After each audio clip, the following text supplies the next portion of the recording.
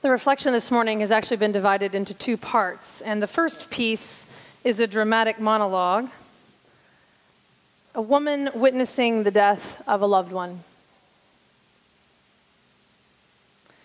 When he died, it was around 9 in the morning, or maybe it was 10. I remember the haze. So many questions, and my mind cannot hold on to any details. Where even to begin to tell you the story? How could this have happened? Why did it have to happen like this? Looking back, there were signs that I missed, signs that I can clearly now see in reverse. Why didn't I pay more careful attention? Why can't I remember exactly what he said? Instead, all I have are images and smells and thoughts that overwhelm me, all out of sequence and out of time. The lingering taste of wine from our last meal. The smell of bread. Why can't I remember what I want to remember? If I could only remember who was there, who was on the left or the right or the right or the left, who spoke, what time it was, maybe then I could piece it all together and make sense of it all. Didn't I hear someone say that he was innocent? How could anyone believe that anyone was deserving of such suffering?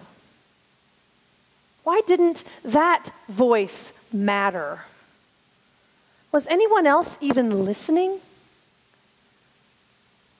How can everyone continue to go about their everyday lives as though nothing is different? Wasting their time on so many things that don't matter. He had so much more to do.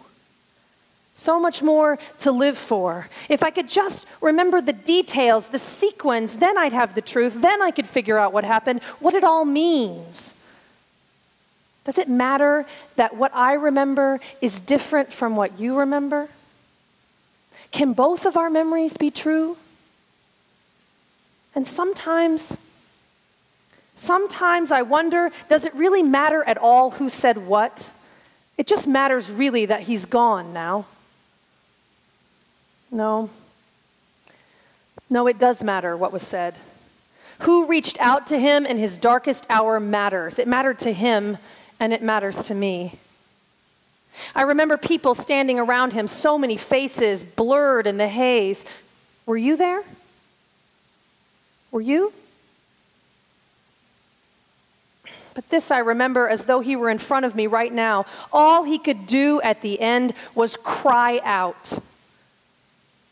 His cry was loud. It sounded like agony, like pain, like anger. But what did he cry? I could swear I heard him pleading to God. But others tell me that they heard him say something much more peaceful, more resigned, more settled, more gracious after so much pain. I so want to believe that that was true. I so want to believe that the last words that left his lips as he left this world would give me hope. That as he left this world, he did so willingly. But I know what I heard. His voice sounded desperate. It sounded lost, aching for an answer, and there was no answer. So what am I supposed to do? I cannot change what I remember. What do I do now with the sound of his cry, with his words that echo in my ears? Did everyone there hear something different on that day? Did I merely hear what I needed to hear? Someone told me that they were trying to help him at the end, and I so want to believe that that's true. I don't know. I just couldn't help but feel that they were gawking or mocking him, attracted to the scene like some kind of car crash or horror film. To me, they were just bystanders, an audience. Did my disbelief of what was happening cause me to see the back of my own eyes more than that upon which they gazed? Do we merely see things as we are and not as they are? No one knew him like I did.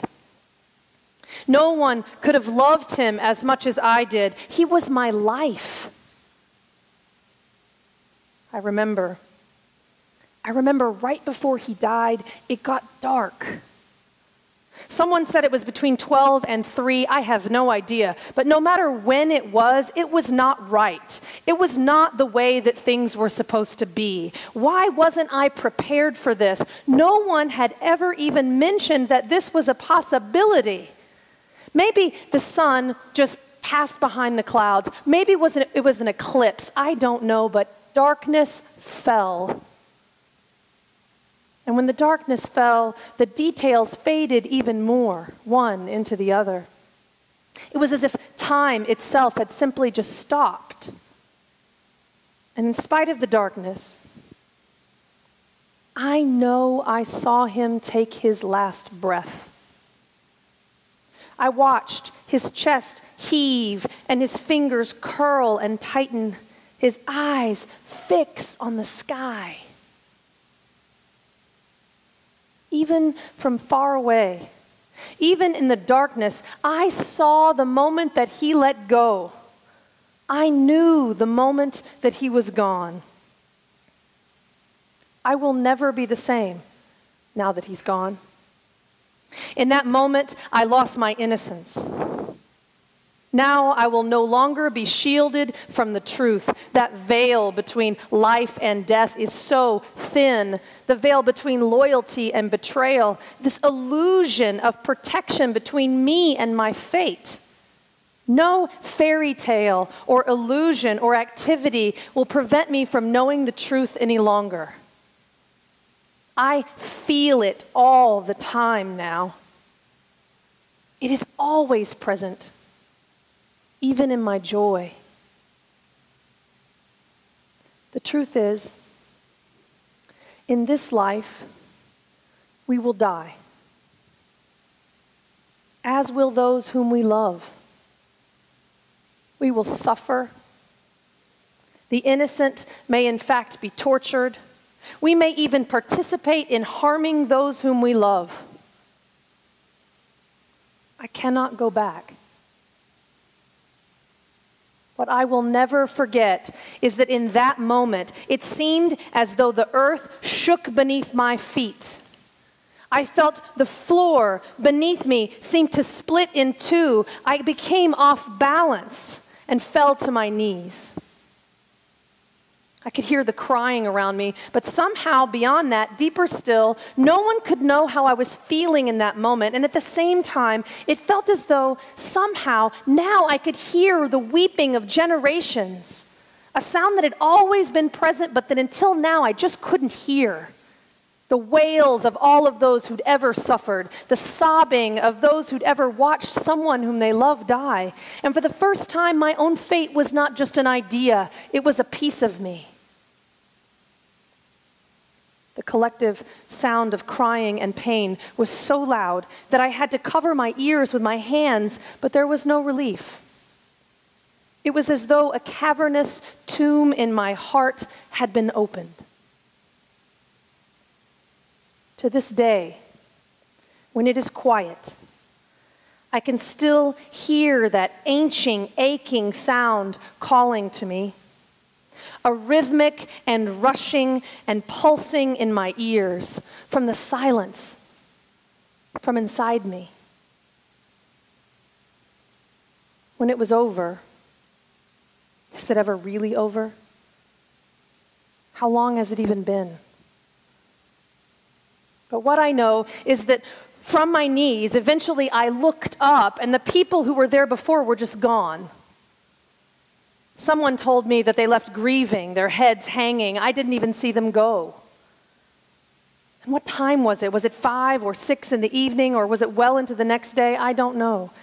I didn't see them leave. They were just gone. I know that I lost hours there on broken ground, blinded by the darkness, by my own grief, by my now tearless sobbing. How long did it take to empty that well inside of me that I had been fooled into believing would never run dry? Hours? Days? Weeks?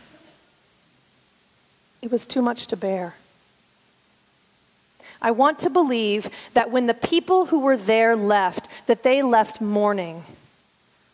I want to believe that they grieve as I do. I want to believe that they too can hear the collective groans of generations and that they can bear the burden with me so that I am not alone. And yet, there is a piece of me. There is a piece of me that also wants to believe that the people left with no outward signs whatsoever of being deeply affected, that they were numb to the pain, deaf to the sound, blind to the images that haunt me. A piece of me wants to believe that they all return to their homes and to their beds and to the arms of their loved ones, because I wish this shredding of the heart on no one.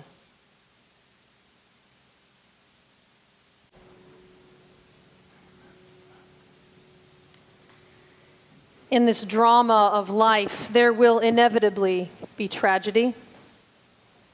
There will be a valley that we will all have to cross. There will be a time when our very foundation is broken into pieces, when everything we believe to be true, everything our minds will have settled on and built a life upon, will crumble beneath us. And we will have to begin again, rebuilding our lives from the broken pieces. When it happens, our minds are not to be trusted, for they will string together memories and feelings and projections all out of order. For a time, our minds will not be trusted. We will have to do a double-blind study on the course of events and whether we have eaten or showered. Our memories of some things blur beyond recognition, and other memories seem to freeze in time and detail and repeat that same piece, replaying over and over again. When it happens, our sense of time is not to be trusted, for this valley is a land of no time. And so our passage cannot be measured in miles, traveled per hour, or day, or week, but only in inches and steps, and only in this moment. And at the same time that we feel so desperately alone, and we want nothing more than to share the burden of our grief, we will also wish this level of pain on no one. It is a valley filled with grief, but it can also be a valley of despair, of doubt, of disillusionment or guilt or shame. Maybe you've already crossed this valley. Maybe you're in it now. For others, it's not a matter of whether, but in fact when. But you have come to the right place. For this, in fact, is the lowest common denominator of our humanity. And there is no better place for you to be. You see, this is the place for you, and we're glad you're here. We will not offer you platitudes, because we know that there are no right words. If you call one of us to be with you, we will not speak of how God or chance or providence works, because we don't know. We will reach out to you. We will walk with you, inquire about what you see and feel, sit with you, talk to you, articulating our common hopes. We will feed you and not shy away from talking about the darkness. Our Minister Emeritus, Reverend Dr. John Wolfe, argues that when someone is in this valley, We should know better than to haul out the doctrine, much less the lack of it, to attempt an explanation or labor justification. And in this church, we do know better. What communicates even more clearly than that is our empathetic understanding of what it means to doubt, to risk, to reach out, to have foregone easy models, to have tested our own truth against what truth there is. Now, I am here to tell you that you will make it through the valley.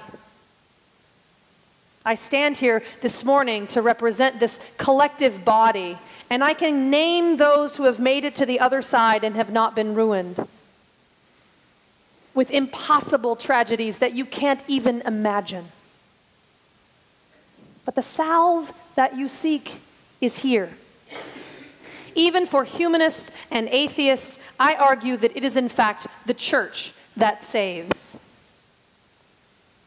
We are the university of life, the rehearsal space for the big drama, the drama that matters and that stars you. The course of study is your values, your beliefs, your actions, your feelings, your truth, the pieces of your life brought to this community's puzzle for examination. Now, maybe you think that you don't need saving, but everyone needs saving from the valley. Not saved because we're sinful or inherently bad, but because we are human and no one escapes it. And everyone's journey is in fact a solo one. It is the church that saves. Not religion or doctrine, they will always fall flat. No single religion or doctrine can hold the depth of the valley.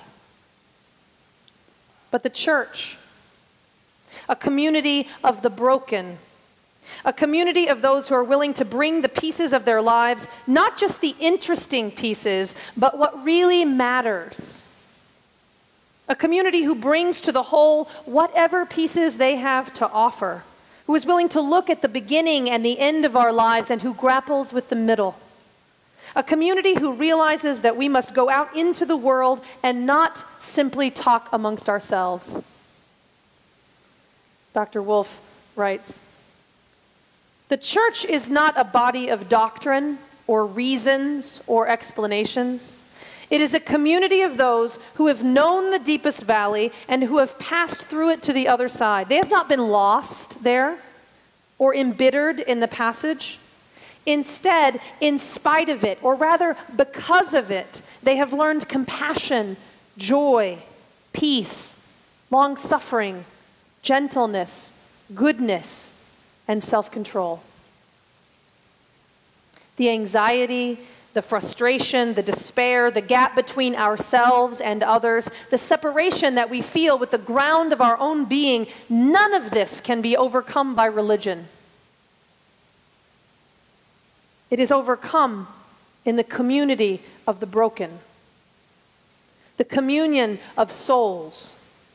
It is in the church wherein we are reconciled, bringing to it as we do the pieces of our lives, if not our lives in pieces, Dr. Wolf writes, to share with one another.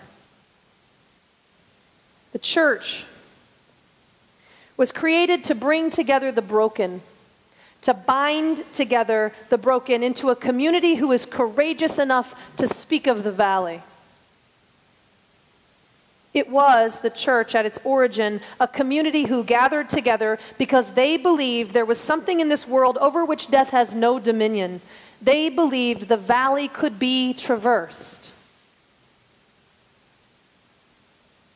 Dr. Wolf said, "The church is not a place of right convictions, a fortress for truth, or a bastion of theology where love is spoken in long sentences.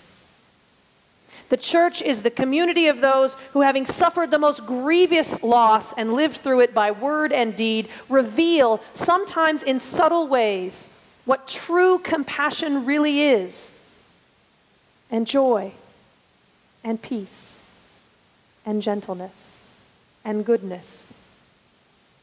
So let us gather together the broken pieces of our lives and make use of them. Let us bring them all here and be clear that everyone's pieces are welcome, so that when we are visited by those seeking salvation, we can offer them not religious doctrine, but the church. We can offer them the complexity of our lives and our experience, our doubt and fear and bewilderment, as well as our love and hope and our authentic compassion. When they bring their lives in pieces, we will offer them not scripture but empathy, not doctrine but experience, not creeds but covenants, not certainty but doubt, not safety but risk, and not shelter but a place to reach out to one another. When they bring their lives in pieces to join this community, it is we who will bless them. May their eyes see beauty. May their lips speak truth. May their heart know love, and may their hands do the good works of this world all the days of their life, in whatever number of days ahead are still theirs to claim. Salvation is found by being in relationship with the community of the broken, by being in relationship with those souls who know that the work of the church is the transformation of society, who will walk through the valley and speak of their journey, and who do not shrink from controversy, sacrifice, or change. Blessed are those indeed.